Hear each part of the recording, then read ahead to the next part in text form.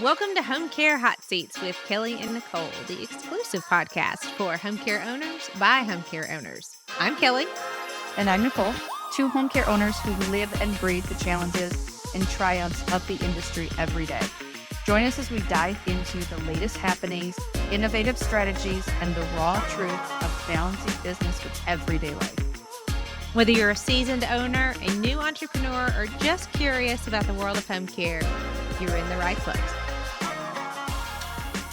In this episode, we're going to do a little 2023 in review and predictions, trends, what we're looking forward to in 2024. So let's kick us off, Nicole. How would you say in a couple of words? What was your theme for 2023? Are you a word person? Did you have like goals and resolutions? I'm not How really did a you goal prepare for person. you're not a resolution? I'm not a resolution No, person either. no, Like that whole like let's lose weight, and I'm all about like my resolution is I want to take a vacation once a quarter. Like same. let's find fun. I want to have a massage every month. Like Yeah. those are my types of resolutions. So that's generally, I'm not like a vision board kind of person. I'm not like a write my goals down kind of person. I want to be that person. It just takes a lot of intentional time that I just don't do it. So like the new Does it make year, you for me, it makes me have to slow down, like, and yes, I'm not a slow person. exactly. And Like, I have to, reflecting mm-mm, is hard, yeah, yeah. but it's And so looking, important. I think that we have to say for 1 second, it is so important because as owners, as entrepreneurs, there's always another goal. There's always another, we're checking those boxes, we're going on. mhm, Rarely do we stop and say, "Hell yeah." I Can I did ca can that. I say hell yeah Absolutely I did can. that. Yeah. Go me. When I presented you were there in Hmm. Vegas at I was. the 3 National Private Duty Conference, and part of my presentation, I needed to do a review of over the last 7 years of business, and it was so humbling because I have not done that, and I was able to, like, look back on the journey and be like, "Damn, I did it damn." a lot. Look at Like, me. did a lot, Hmm. and in a short amount of time. I agree with you. I'm not a resolution person, but I do think that we've got to, like, slow our roll and give ourselves props where props are deserved. So, 2023, where were props deserved for you, Nicole Haney? Props were deserved in, so business wise, since I started, I've had this idea of having this full continuum of care because I feel like we talked about where home care is not necessarily medical, but it plays a part. So my big vision when I think about like 10 years, what do I want to have? I want to have a full continuum of care. I want to be able You do have to, a vision board because you just said I, 10 years. so Wow. internal vision board. I'm not cutting pictures out of magazines and, Mod Podging things together. We should watch Podge together. Ooh, it will be bad. I I'm will not, bring the Mod Podge. I'm not crafty whatsoever. Once I kind of got clear on like what I wanted to do, my goal was to have this full continuum of care. I wanted to be able to meet people where they're at and be able to kind of walk them through end of life. An area that I'm really passionate about is end of life care, hospice care, and making sure that's dignified and respectful for the person that's walking that journey. So my big whoo in the last year, I feel like I completed the beginning of what that full continuum looks like. So we have an adult day center, which is where I started. We have the home care agency. And in 2023, I bought an assisted living home that kind of rounds out that full continuum of care. So that I think is the biggest yay. We we're we're at I the didn't realize first it was finish in line. 23 when you bought that. Yes. It I seems like you've had managed it for it. forever now. I manage well, a lot of my background is in assisted living care. Yeah. And then this assisted living, I was working with the owner as he was retiring. So I was doing a management agreement with him for the year to make sure that I was a good fit for him. It was a good fit for me. And then officially April 1. So not even quite a year, I have officially owned it. So that was a big piece on That's the huge. first finish line in 2023. How about you? What's your big I need to give myself props for 2023? Yeah. So I created and released my first digital course in Yeah, you did. 2023. A project that I thought would only be like a few months, that was 2 years in the making. I'm so bad at like it's not time management, it's like like time comprehension.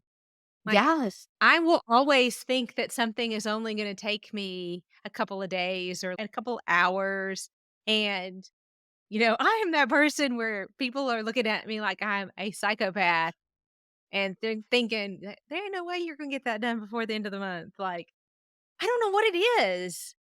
It's just why could I not? Yeah. Anyway. Don't doubt So me. yeah, 2 years in the making. 2 years in the making for this digital course. And when I say that I created, I shot the videos myself, I edited it, I did all of the content 6 module course, all done, released, and people bought it. Yes, So I they even did. made money on it, which was freaking phenomenal.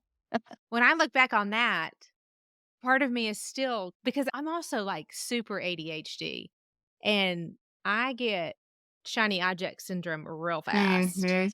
So accomplishing a goal like that, I know that you get this because as an entrepreneur, accomplishing a goal like that, seeing it through, it's just, man, Mhm. and there's no one to celebrate the way that it feels like it should be celebrated. I push publish and there should be confetti and Ah. like champagne. And where are the people that come out and get excited about this? We talk a lot about that, about how it is a little lonely Mhm. in this world. But yeah, hands down, my biggest accomplishment in 2023. And what is coming from that now is like some really cool opportunities that I never saw coming. So, Mhm. uh, just kind of started this whole landslide of a path. So yeah, big stuff. I think that we can't talk about the highs without talking a little bit about the lows. Right? Yep. We're not going to talk like low. Like, let's I not get think that's what depressing here. everybody is waiting for. Like, everybody's like, "Oh, we're happy for you. Now tell us the bad," because that's how I would be Yeah. listening to a And, but, podcast. but we did, in full transparency, we said that this would be the highs and the lows because we've been in the trenches. We get this industry. I promise you that we are not always like rainbow and sunshines, because then nobody who understands a no call, no show like a home care owner.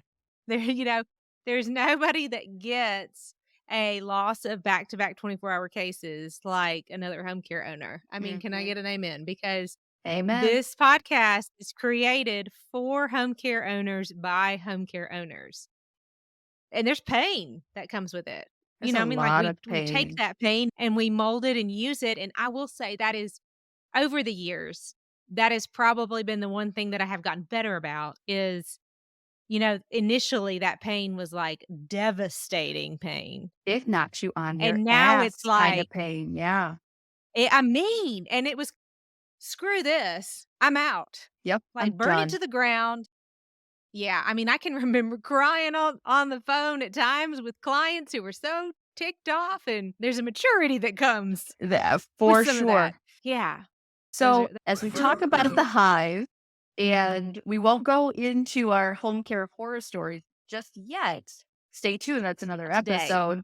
But we Stay will, tuned. yes, we'll dive a little bit into oh, yeah, I can relate to that. So, what would you say was your biggest or deepest low in 2020? Yeah, so 2023 was interesting. And I am not, like I said, I'm not a resolution kind of girl. Mm. Time is like such a weird constraint, right? Because like we could start the new year today. Every first of the week could be Tuesday. Mhm. It's just so odd how we have created our time, right? But so for me, there was a time in this last year that things just got real overwhelming. And I mean, I think that most people can probably relate that balancing act of like Mhm. personal and business. And I don't care who you are, there's no such thing as balance because No. it's like either either the family's going to get this much of me, but because if they're going to get this much, then the business isn't. But sometimes the business needs to, so the family's just not going to get as much. I mean, like, making sure that everybody gets an equal portion, I mean, that's just not reality, and, so I like now that I have put my arms around that and embraced to understand that my business and my family life, the personal life, and it all coincides, Yep. right? There are times that my kids are gonna have to go with me to a meeting or, like, it is what it is. Like, we're just one all big happy family. But because of that, and because of what we do is so personal in home care, when it hits in the personal life too, it becomes it's tough. So earlier this last year, we got a diagnosis for Alzheimer's for my dad. And, kind of knew that was coming Mhm. because you're in the industry, you understand. But to get that official diagnosis was pretty gut-wrenching. Yeah, I bet. So that was tough, that was tough. It's also tough when you have clients who are Alzheimer's and you're dealing with it on both sides. So I had to put in some for real boundaries there. I realized that I was grieving that in the moment and it was affecting my work, and thank goodness I have a team that I love and have poured into over the past years and was allowed to step back and say, "Hey, so I need to get my head right." And they were able to step in. And I think that that is, yes, it was a low, but it was also empowering for both me and my team because we are humans. We are people like everybody else. And so the fact that like my team got to see that was going on, that I'm not a superhuman, that you know, I hurt and have struggles and, just the same was good.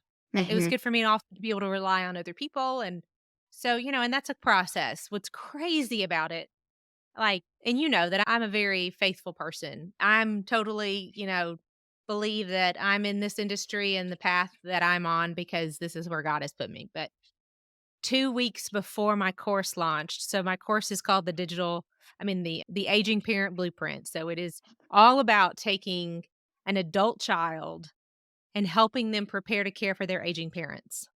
2 weeks before that course launched is when we got the diagnosis for my dad. So, if that's not divine intervention, then I don't know what Mhm. is. If that was not this is where you're supposed to be and this is the path that you're supposed to be on, like, but it's very humbling too because, like I do, it's so different to be on that side of it than it is on the practitioner side. Man, and it is humbling. Mhm. Uh, It almost makes you have to do like this dual role when you're in the this industry already, taking care of other people, and then you compound that with your own people.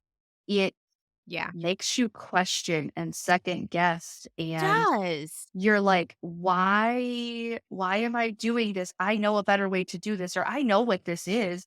It's just really hard in Yes. the moment to be like, "Oh, this is the disease. This isn't the person." And it's like you have to Right. like constantly remind yourself. And I remember I would find myself with my grandpa being like, "What would I tell anybody else to do in this situation? Why am I not doing that? What a Yeah. dumbass." Yeah, I remember when we put my grandmother on when we brought her home on hospice, I called a very good friend of mine who works hospice, and I was like, "Look, I know that this sounds stupid because I know these answers. Because I, like you, am very involved in hospice care. I love hospice care. I think that's if I weren't doing what I was in, like that would definitely be where I'm at.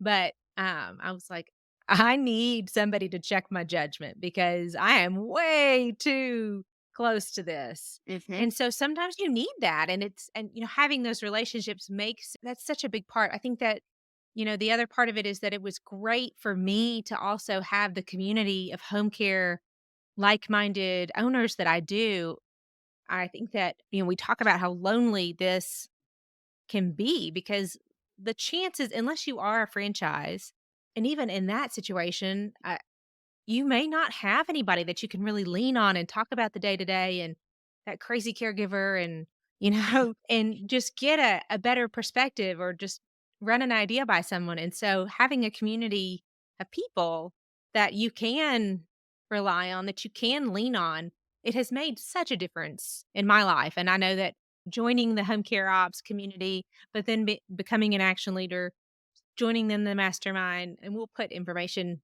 in down below in the show notes for anyone who has interest in that. But that's how you and I even met. Yes. For anyone who has no idea, Nicole and I only met in person, like in the flesh, In this last 2023. November. Yeah.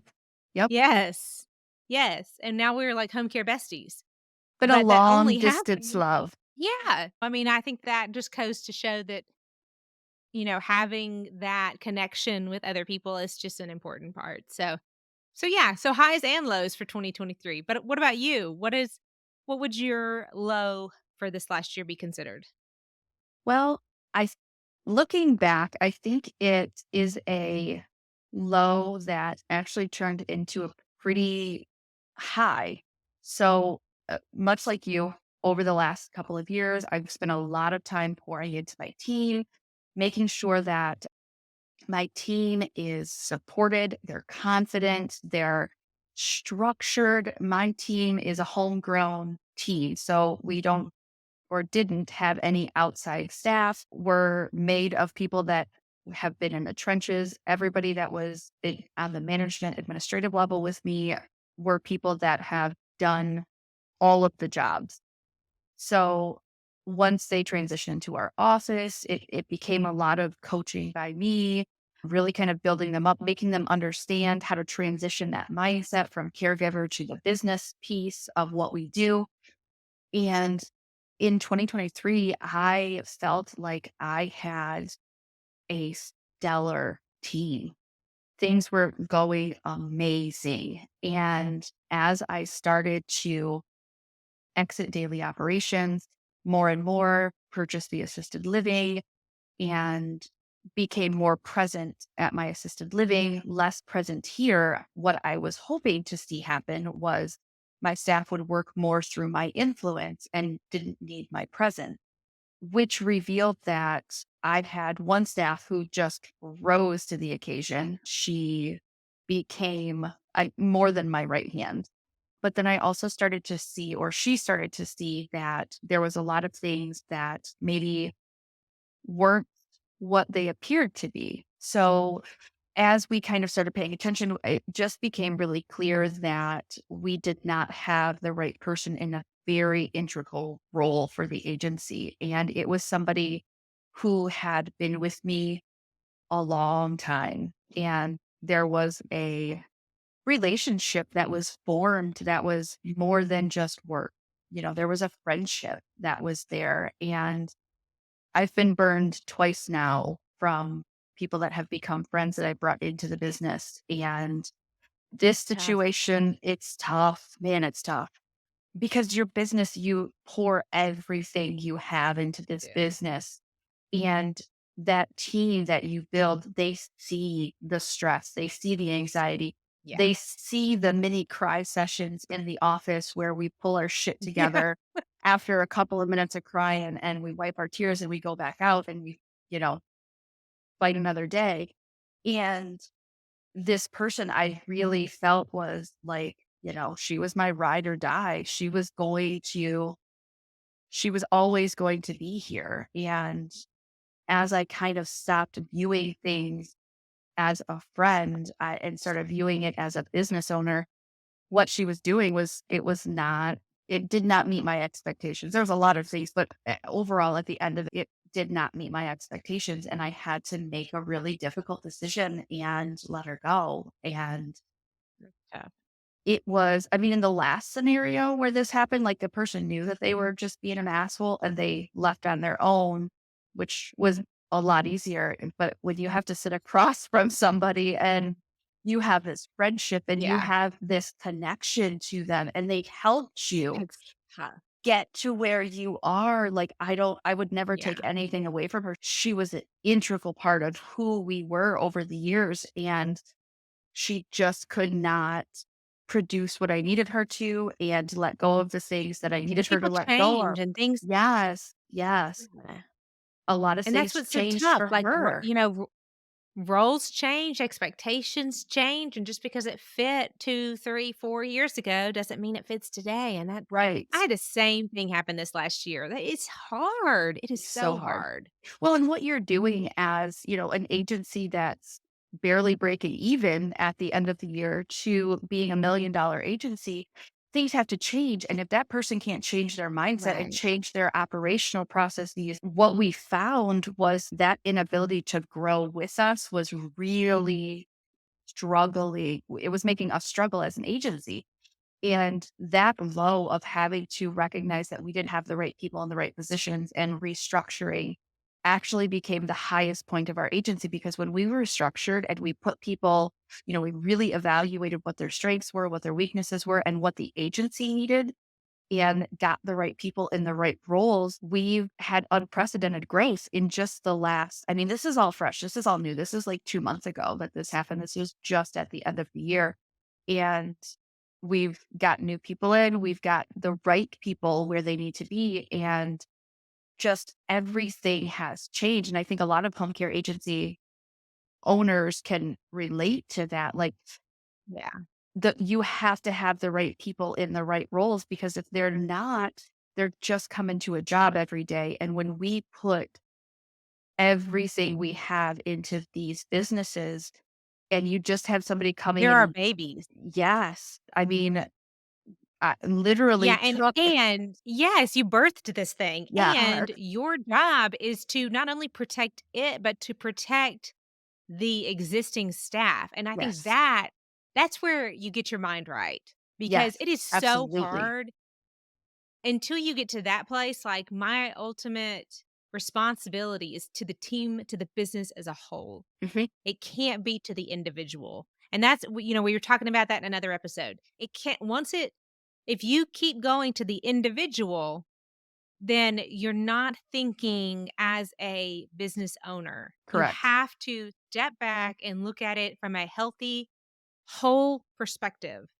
Yeah, I mean, I'm right. It can still hurt. Hmm. And I had a boss once that told me, because I told him, I was like, man, I mean, firing people sucks. Like, Thoughts. does it ever get any better? And he, best advice, man. He said, if it ever gets better, if it ever gets easy, then you need to step away from it. You don't need to It's be doing it true. any longer, because it should never be easy to take someone's livelihood. No. It shouldn't. Mm-mm. Sometimes it is the right decision for the business, but that doesn't mean that it's not ever gonna I mean, it will always be the thing that I dream about the night before I have to do it. Yes. It will always be heavy on my heart, but if you're like me, after it happens, there's a relief, Yes. Not and just it's, you. Everybody involved has it's different. lighter. Yes. It feels Yes. different. Things work differently. The things like where those little, ooh, that I just don't know why that's not working. Why can't we break that? Why can't we break past that goal? Those things, the little bottlenecks, you would call them, the bottlenecks in the agency, Yeah. those things just kind of go away and things happen naturally like they should have the whole time. And you're like, man, you're not happy that you let somebody go, but at the same time, you're like, it was the right move. It's reassuring Yeah. that it was You the have right peace. decision to Yeah, make. there's Yeah. peace about it. Yep. Absolutely. And Yeah, that's because you kind have of, to make I mean, there's always tough choices. There's always oh, for hard, sure. you know, Yeah. it's not ever I don't think it's ever gonna be easy. I wish it were. I wish it was too. It makes sense. Oh my gosh, but yeah, I don't think it's ever gonna be easy. So what are you most excited for 2024? I mean, like, what has you really energized? No resolutions or words of the year?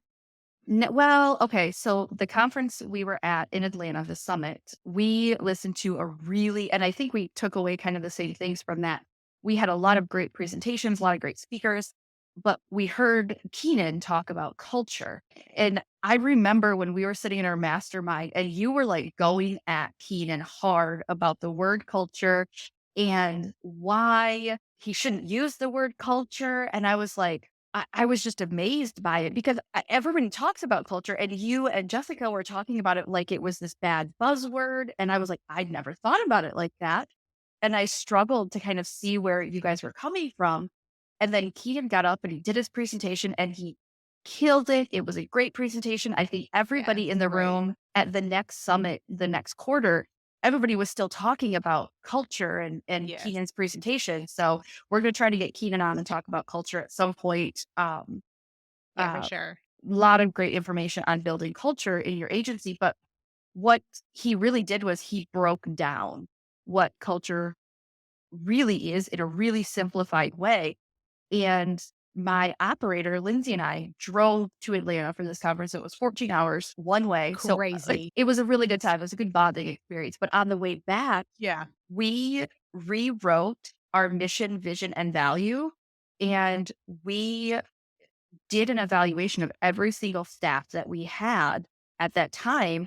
And based on the culture model that we developed, if they fit within our culture or if they didn't. And if they didn't, were they trainable or did we need to just make that decision and identify that we weren't going to get them within our culture?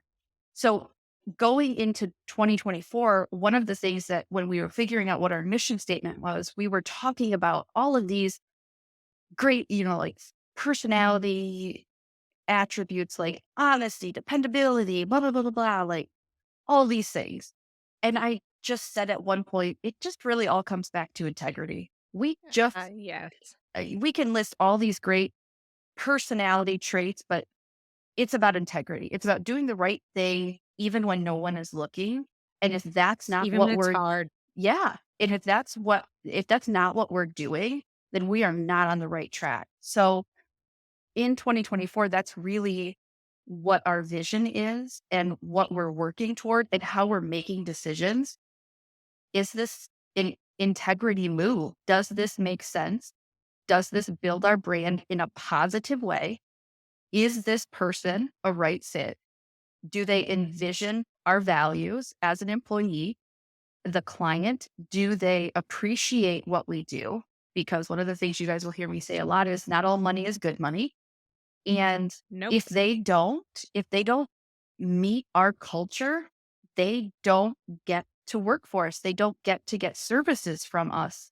And that has been, even in the 4 days we've been in this year, we've made huge changes from December 1 through today. And they've all been based on, is this the right thing to do for our staff and for our clients? And I tend to be more of a negative mindset kind of person. Lindsay, my operator, is my like silver lining person, We call it but being a realist, Nicole. It's realist. being Yes, real. that's much better. It sounds much lighter.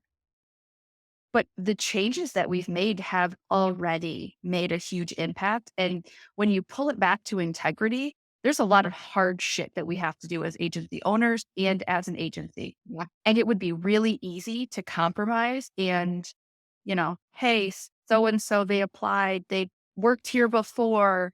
Should we bring them back? No, integrity piece, they showed us who they were. So we need to believe them. Right.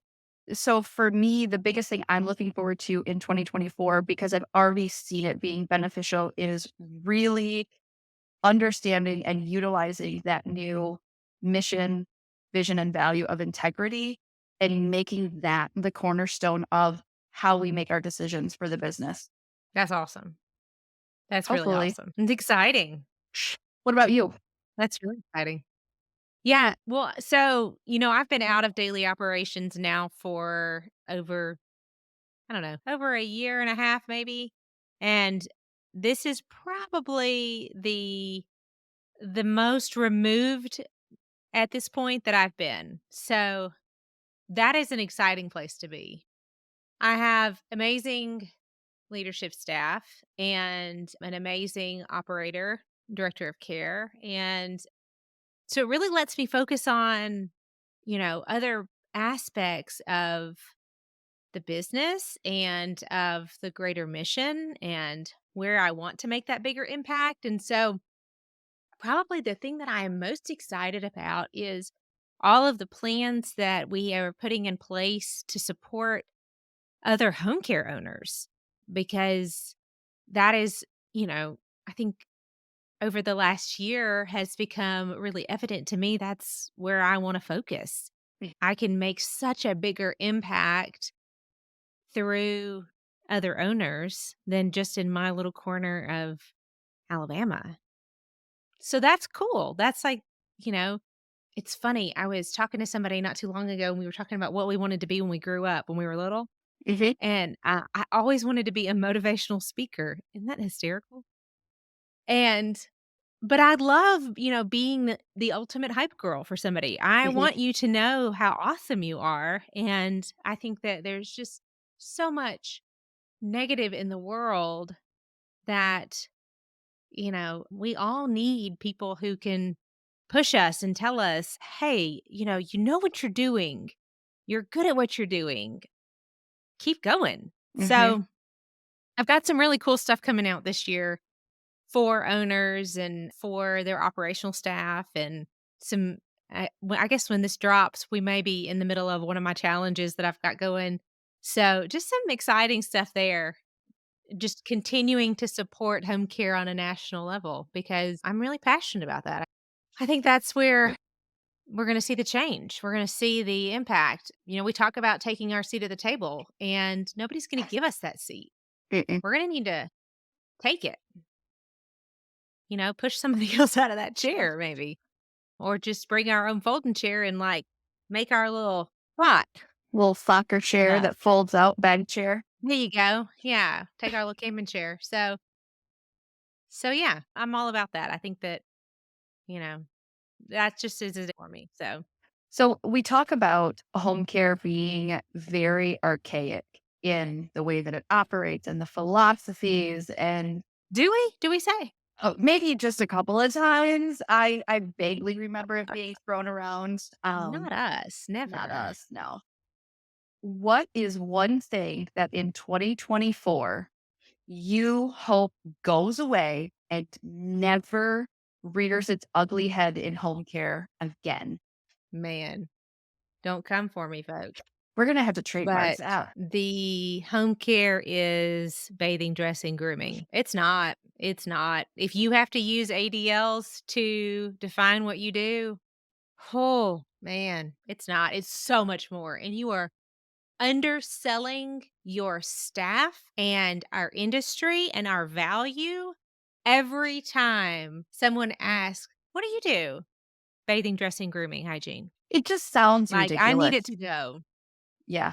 I need it to go. I need it to go just like the word sitter, I need to go. See, we don't so much have that in Michigan. We get my maid, my housekeeper, my cleaner, that kind of thing.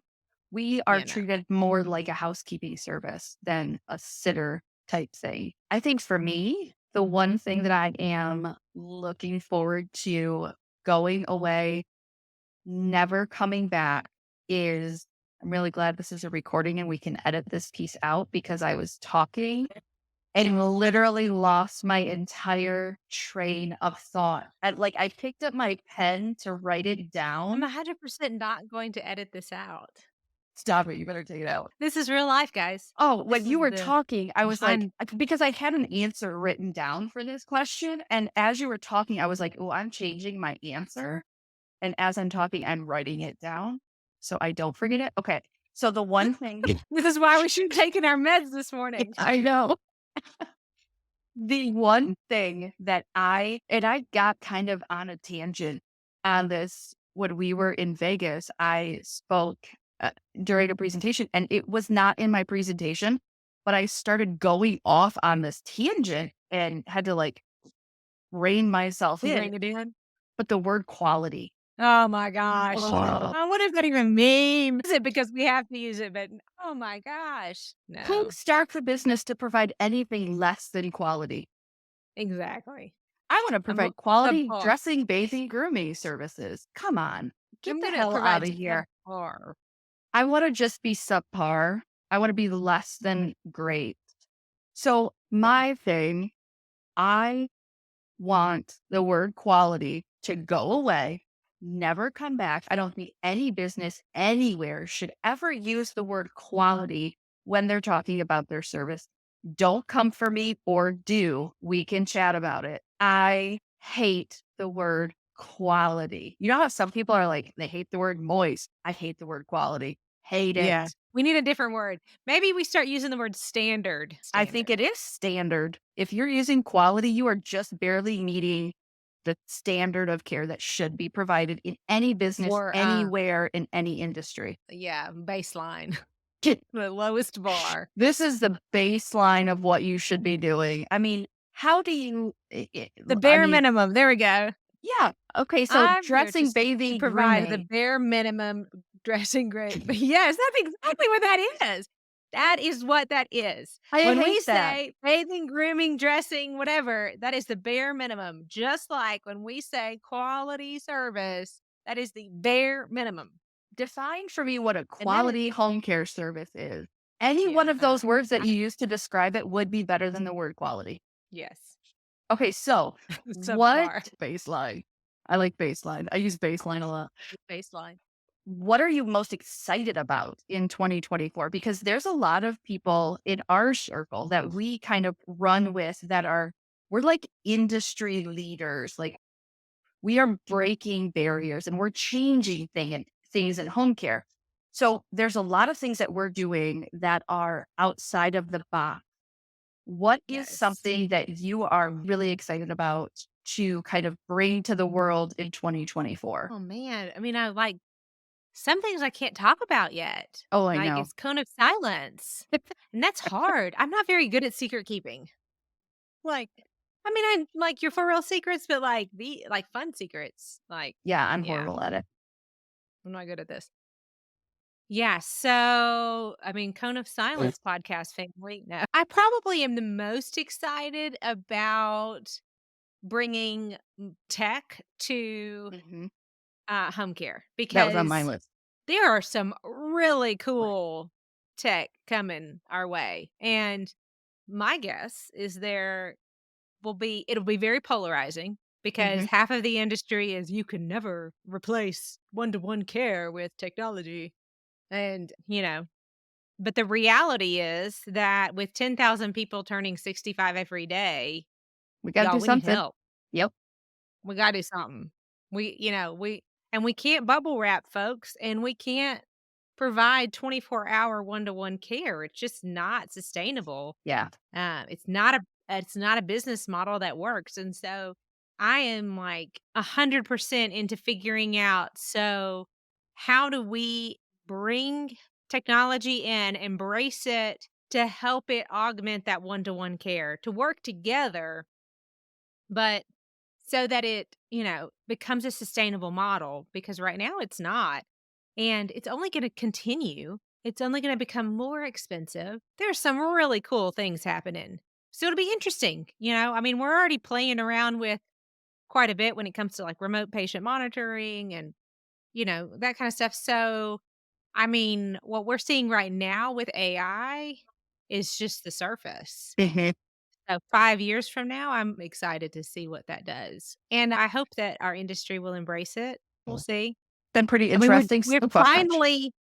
finally embracing virtual assistants and cheese, Thank guys. I mean, God. VAs have been around for 30 years. I mean, where have we been? I So, know we're talking to people like, have you thought about getting a VA? And they're like, oh no, I could never. And we're like, you can and you should. You're an idiot if you you can don't. 100%, like, yeah, I mean, and granted, there's a learning curve and it's a little weird at first, but other industries have been using VAs for years. Mhm. And when you have Yeah, and really quality service from the when you have a above baseline. subpar baseline level of care or level of service with the virtual assistant service that you're utilizing, and we're going to actually be talking to what we believe is the best in the industry in Yes, an upcoming the episode. standard, Yeah, the quality. she is the quality standard. Nothing subpar there. Yeah. If it's done right, like anything, if it's done right, there's so much Yeah. benefit and so much potential to it. I've seen night and day difference in utilizing virtual assistants in my agency. And I know you have as well. We use the same VA company. We're actually in a mastermind with Kat, who you guys will hear from on an upcoming episode, who just is like Yes. breaking glass Taking the ceiling industry by after glass storm. ceiling. She's just amazing in what she's doing. She's a nurse. She's got a home care agency. She's got a virtual assistant agency. She presented to us yesterday. She's amazing. I think that Yes. the VA piece is huge. It's one of those things that I'm excited about for 2024. I think that the more people that we're talking to and that are listening to us on this podcast, and we're talking to in Home Care Ops Nation, they are, as they open their mind and jump into 2024, I almost said 2023, and realizing that it only makes sense. This is an industry where we don't always have a lot of revenue. This is a way to get something you're either going to have to pay somebody in person to do a much higher rate of pay, and you might not get as high a quality Right. of work than what Cat's company is providing. I think it's a no brainer. I'm so excited to Yeah. see where virtual assistant help the home care industry in 2024.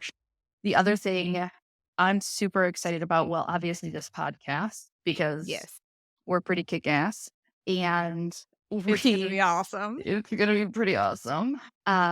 Just being real with other agency owners. And I think that's something like Yeah. in the home care operators community, I think there's something like 10,000, 20,000 home care agency owners in that. I think it's easy to relate to us because it's not us rainbows and butterflies. It is what it is. So I think this podcast is something that is going to be really beneficial, not only for you and I, because we talked about how lonely it is in this industry. So it gives us, you know, somebody to kind of be a soundboard for. It also gives those Right. people that are driving to their next intake or they're going to cover a no call, no show, kind of somebody to commiserate with and listen to all of the Or laugh moments at. or laugh at because Make you'll fun of. You're welcome to do you'll that. probably laugh at us a lot. But I'm also really excited about alternative forms of care. Mm. I never wanted a home care agency. Just as a side note for anybody that's heard my story, I never wanted a home care agency. I believe that the current home care model is not sustainable long term No. for many reasons that we will go into down the road. But Yeah. I think finding alternative forms of care, whether that be remote patient monitoring, whether that be looking at adult day centers, looking at assisted living options, community settings, I think that the industry has to change. It has to become more affordable. It has Right. to become more feasible for families as pensions go away. Long term care stuff is great, but it's starting to kind of dwindle. We're having a lot of issues with long term care. Yes. I think finding alternative ways to provide care to people is really going to break in the next year. I think we're going to see a lot of alternative ways to meet the needs because we know what's coming. We know this silver tsunami Right. that's coming with the aging population of people, and home care alone cannot sustain what we have, nor can people afford it. It's getting to a point where it's Right. unaffordable. So really this next year, we're diving really deep into our adult day programming and really building that service up and getting our census numbers up and really putting our primary focus on our day program because I don't see home care being sustainable 10, 15 years from now at the rate that it's going. So Yeah. I'm excited about 2024, those things coming into play. And AI, I think AI is about to just throw our industry into maybe 1995 from 1962. Oh, we can only hope. I think it's We going to can only knock hope. some people's socks off. I think there's going to be other It people is. like Kelly is very techie. I am not. I actually had to text her before this podcast and say, where do I plug my headphones in at?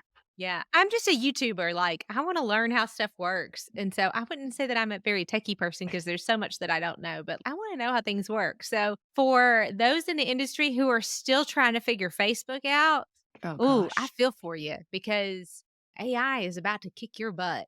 Yeah, if you don't have a social media presence and AI is about to blow up the scene with, I mean, it already Yes, has. Like, how much do you it use already has. Chat GPT in your So everyday much. But I writing? think that Clint and I were recently talking about this because I think that people still do not understand how to use it because No, definitely. they're putting in, write a blog post about whatever. But the way that you use this is when you feed it your content, your original information, your voice, and have it repurpose or refine. Recently, I had a few pages worth of a transcript of a video that I had done, and so I had ChatGPT take that and make it into a blog post and a email blast and a few social posts. And so it's not that I asked it to create it out of thin air. It took it from Hmm. my voice, from my content. When you do that, it is amazing. Like blow your mind amazing. Hmm. When you ask it just to be the robot that, writes a blog about ADLs, Write me a Facebook post with emojis good about luck. home care, quality Yes, home care. emotion yeah. So, I mean, and here's the thing, like, obviously, you gotta start somewhere, and Right. if that's where you're gonna start, like, start. Just you gotta start putting something out. Put anything out. Mm. Just start, and then we'll refine as we go. But, yeah, there's a lot of cool stuff that's coming. I think that I'm excited too about so many of the industry leaders who are seeing gaps and holes and are saying, "Hey, I know something that can fix that," or "My expertise in this area could really help here." That's cool. Mhm. So there's definitely some tech that's coming from just that, just some people who are thinking outside the box, and I love that. That's awesome. So, exciting things in 2024. Thanks for joining us on Home Care Hot Seats with Kelly and Nicole. We hope today's session has given you insight, inspiration, and a sense of community in this ever evolving journey of home care ownership. Don't forget to subscribe to our podcast and share it with other fellow home care agency professionals. Have a topic you want us to discuss or a story to share? Reach out to us and join the conversation. You'll find the links and contact info you need in the show notes below. We'll see you next time, same time, same place. Bye for now. Bye.